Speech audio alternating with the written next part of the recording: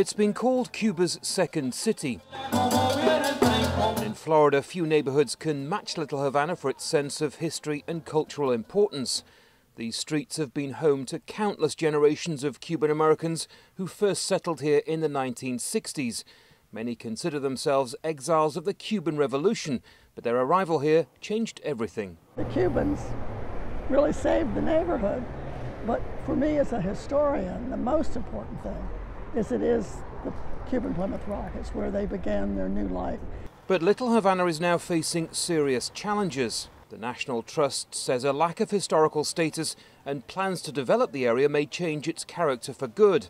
Peter Hernandez and his family own one of the community's oldest so-called mom-and-pop businesses, and he says overdevelopment would be a mistake. Why do you want to be a concrete island, you know, a bunch of buildings with no flavor?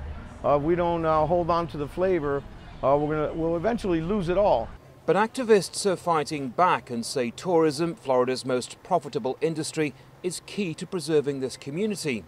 Many here aren't against some development as long as the unique nature of Little Havana isn't drastically altered in years to come. Really, the type of neighborhood that would be fantastic would be no different than all the other great neighborhoods of the world that are kind of mixed income in a way. And so hopefully we have a really vibrant community. And I think that's what we have now. It's really, actually, it's perfect the way it is right now, and I hope it doesn't change.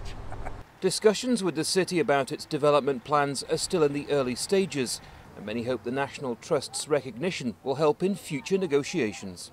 This community, perhaps more than any other, has managed to shape the character of an entire region, and for that its place in history is assured.